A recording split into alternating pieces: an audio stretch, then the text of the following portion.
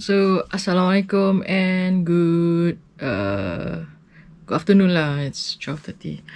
So today is the 29th of June.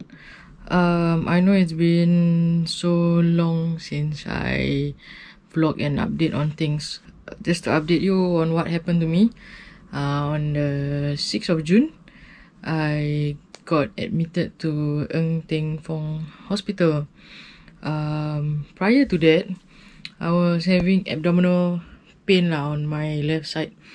It started around the fasting month, so that's about in late April and early May. So I endured it. Big area lah.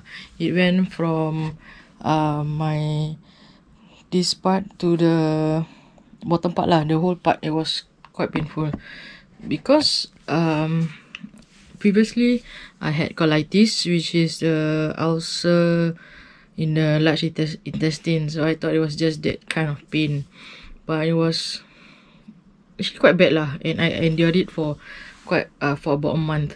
So in late May, early June, I had on-off fever, but the fever was like 37.9, you know, about that type. Tapi after eating medication, it went away.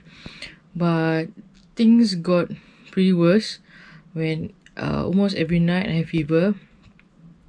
I was supposed to work, but I had to tell my friend that no, I don't think I'm able to work because the pain is excruciating lah. Actually, I can't move.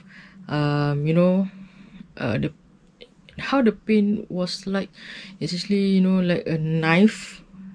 Knife cutting through you.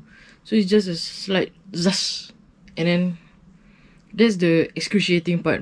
After that, the pain is still there. So I decided to go and visit my GP. So he gave me painkillers. So he gave me antibiotics. Yeah, it was on a Monday, the 1st of June, and the 1st of June was my birthday. So the pain was still there. 2 days later, which was on a Wednesday, I went there again. I think the second time he thought was stone because there was blood in my urine. So he gave me stronger painkillers and antibiotics, if I'm not wrong, somewhere around there.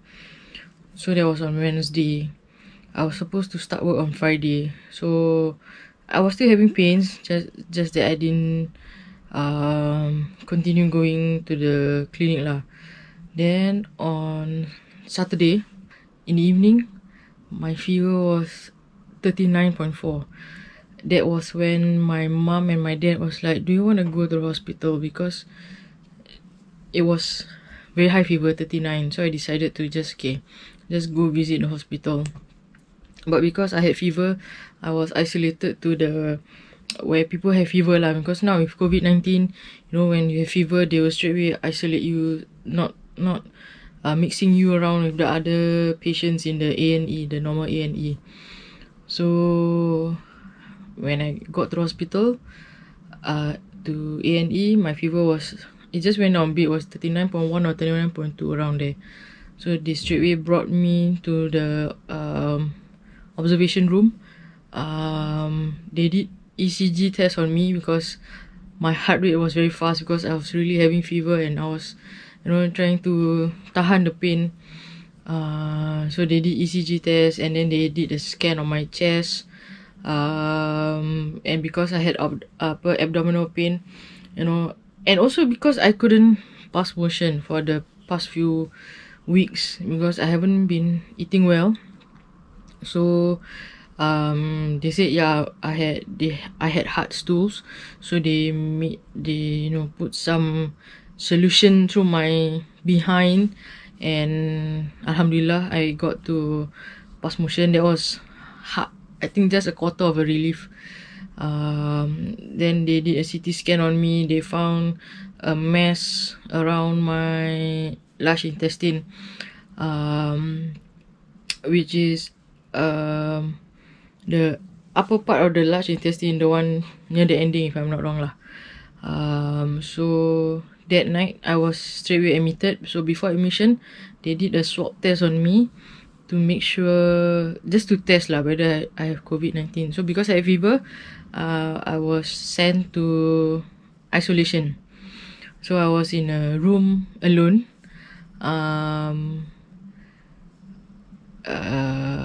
think I went in at about 1 a.m. Because I was confirmed to be admitted because they found something lah in the CT scan. So in the morning, the doctors came into my room and said that I had to go for an operation. But they said the operation wasn't to remove it, but to insert a tube inside me, because it's actually a large abscess just beside my large intestine. So imagine this is my large intestine, so the abscess is around here. So the story is actually my large intestine burst. So there was a burst in my large intestine, but they said my body was strong enough to heal it. So during healing, that's where it got infected, and that's where the abscess was formed outside the large intestine. So it became very big, and you know, with infection, that's where your body gets high fever to tell you something wrong with your body lah. So I went into the ward at 1 a.m. So they told me at 3 p.m. they will operate on me lah. So I thought that it would be a general anesthetic, I'll be gone, but apparently no. They just abuse around the area where they want to poke the tube in. I knew what they were doing, you know, they were poking me, and it was painful lah. And then the nurse, the operating nurse was like, because I was grunting in pain, because it felt like, you know, the thing was poking inside me, and because it was near the large intestine, so I really felt like, you know, going to shit lah. Okay, I'm sorry. Felt like I was going to shit because it kept pushing. After the operation, I went to ask the nurse lah, so how long is the tube inside me? Well, she said it was about 15 cm. So 15 cm is just about a small roller that you can put in a pencil case. So that's 15 centimeters. I'll show you. So you can see it's on this side. Okay, so this is where it is lah. I can't show you lah. I can't show you where exactly it is lah.